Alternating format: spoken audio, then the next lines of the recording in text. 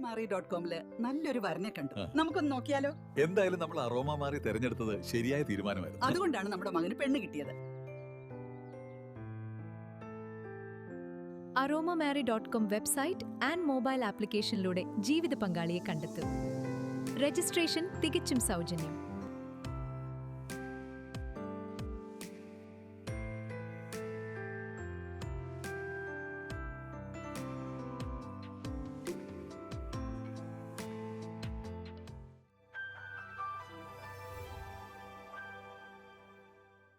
ഇന്ന് ദൈവത്തെ തേടി മനുഷ്യർ അലഞ്ഞു നടക്കുന്ന ഒരു അനുഭവം നമുക്ക് കാണാൻ കഴിയുന്നുണ്ട്.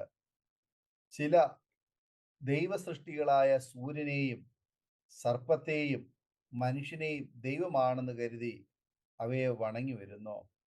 ചിലർ ആശാരി കൊത്തിയെടുത്ത വിഗ്രഹങ്ങളെയും മനുഷ്യരുടെ കൈപ്പണിയായ ജീവനില്ലാത്ത പ്രതിമകളെയും രൂപങ്ങളെയും പ്രാർത്ഥനാമുറിയിൽ സ്ഥാപിച്ച് അവയെ വണങ്ങുന്നു. യഹോവയായ ദൈവം ഇപ്രകാരം പറയുന്നു: വിഗ്രഹങ്ങളെ ഉണ്ടാക്കരുത്, ബിംബമോ സ്തംഭമോ നാട്ടരുത്, രൂപം കൊത്തിയ യാതൊരു കല്ലും നമസ്കരിപ്പാൻ നിങ്ങളുടെ ദേശത്ത് നാട്ടുകയും അരുത്. ഞാൻ നിങ്ങളുടെ ദൈവമായ യഹോവ ആകുന്നു എന്ന് ലേവ്യാപുസ്തകം 26:1 നാം വായിക്കുന്നു. ചിലർ മന്ത്രവാദികളോടും വെളിച്ചപ്പാടിനെയും പ്രശ്നപരിഹാരത്തിനായി സമീപിക്കുന്നു. വെളിച്ചപ്പാടോ മന്ത്രവാദമോ ഉള്ള പുരുഷനാകട്ടെ സ്ത്രീയാകട്ടെ മരണശിക്ഷ അനുഭവിക്കണം. അവരെ കല്ലെറിഞ്ഞ് കൊല്ലണം, അവരുടെ രക്തം അവരുടെ മേൽ ഇരിക്കും എന്ന് ലേവ്യാപുസ്തകം 20:27 നാം വായിക്കുന്നു.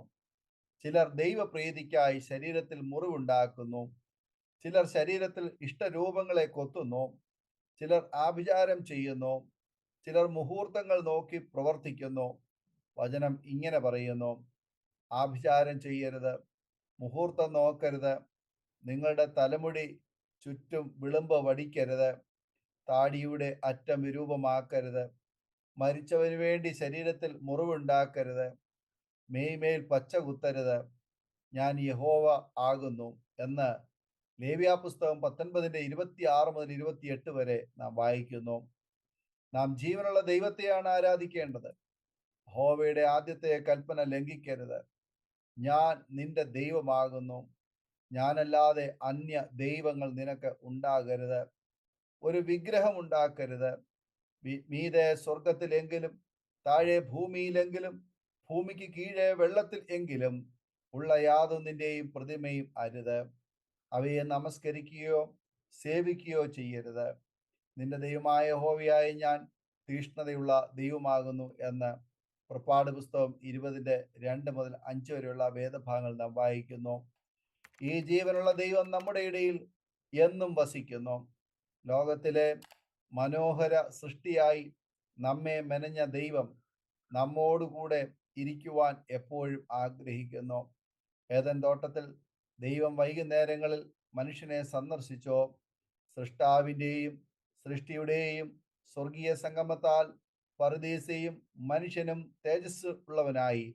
എന്നാൽ പാപം ചെയ്ത മനുഷ്യൻ ദൈവത്തിൽ നിന്നും അകന്നപ്പോൾ മനുഷ്യൻ കരിക്കട്ട പോലെ പ്രകാശരഹിതരായി മാറി.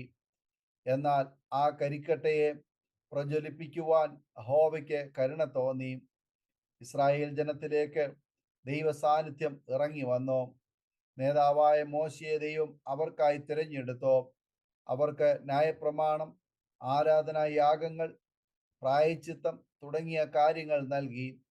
അനേകം പുരോഹിതന്മാരെയും ന്യായാധിപന്മാരെയും പ്രവാചകന്മാരെയും രാജാക്കന്മാരെയും അവർക്ക് നൽകി. എന്നാൽ ദൈവം ആഗ്രഹിച്ച പോലെ ഒരു വീണ്ടെടുപ്പ് സാധ്യമായില്ല. സാക്ഷാൽ ദൈവപുത്രന്റെ മനുഷ്യാവതാരം സകല പ്രവചനങ്ങളുടെയും പൂർത്തീകരണമായി. ദൈവവും മനുഷ്യരും തമ്മിലുള്ള വിടവിനെ ക്രൂശുമരണം ഇല്ലാതാക്കി. അതിൻ്റെ നാന്ദിയായി ദൈവാലയത്തിലെ തിരശീല ക്രൂശുമരണ സമയത്ത് അടിമുതൽ 2 കീറിപ്പോയി. ഇന്ന് ദൈവസന്നിധിയിലേക്ക് ആർക്കും കടന്നു വരാം. അതുകൊണ്ട് കരുണ ലഭിപ്പാനും തത്സമയത്ത് സഹായത്തിനുള്ള കൃപ പ്രാപിപ്പാനുമായി നാം ധൈര്യത്തോടെ കൃപാസനത്തിന് അടുത്തേക്ക് ചെല്ലുക എന്ന് എബ്രായലേഖനം 4:16 നാം വായിക്കുന്നു. ഇന്ന് കരുണയ്ക്കായി നമുക്കൊരു അഭയസ്ഥാനമുണ്ട്. ജീവൻ തന്ന് നമ്മെ സ്നേഹിച്ച ജീവദായകന്റെ മാറിടം. ആരുമനാഥൻ നമ്മുടെ ഹൃദയ കവാടത്തിൽ മുട്ടി വിളിക്കുന്നു. ഹൃദയ കവാടം തുറന്നു നൽകിയാലോ അവൻ അകത്തേക്ക് കടന്നു വരും. ഞാൻ വാതിൽക്കൽ നിന്ന് മുട്ടുന്നു. ആരെങ്കിലും എൻ്റെ ശബ്ദം കേട്ട് വാതിൽ തുറന്നാൽ ഞാൻ അവന്റെ അടുക്കൽ ചെന്ന് അവനോടും അവൻ എന്നോടും കൂടെ അത്താഴം കഴിക്കുമെന്ന് വെളിപ്പാട് പുസ്തകം 3:20 നാം വായിക്കുന്നു. പുതിയ നിയമത്തിൽ കർത്താവ് പറയുന്നു, ഞാൻ നിങ്ങളുടെ ഹൃദയത്തിലാണ് വസിക്കുന്നത് എന്ന്. ദൈവം വസിക്കണമെങ്കിൽ ഹൃദയങ്ങൾ ആരാധനായിടമാകണം, ഹൃദയം ദൈവാലയമാകണം. പൗലോസ് അപ്പോസ്തലൻ ഇങ്ങനെ പറയുന്നു, നിങ്ങൾ ദൈവത്തിന്റെ മന്ദിരമെന്നും ദൈവത്തിന്റെ ആത്മാവ് നിങ്ങളിൽ വസിക്കുന്നു എന്നും അറിയുന്നില്ലയോ?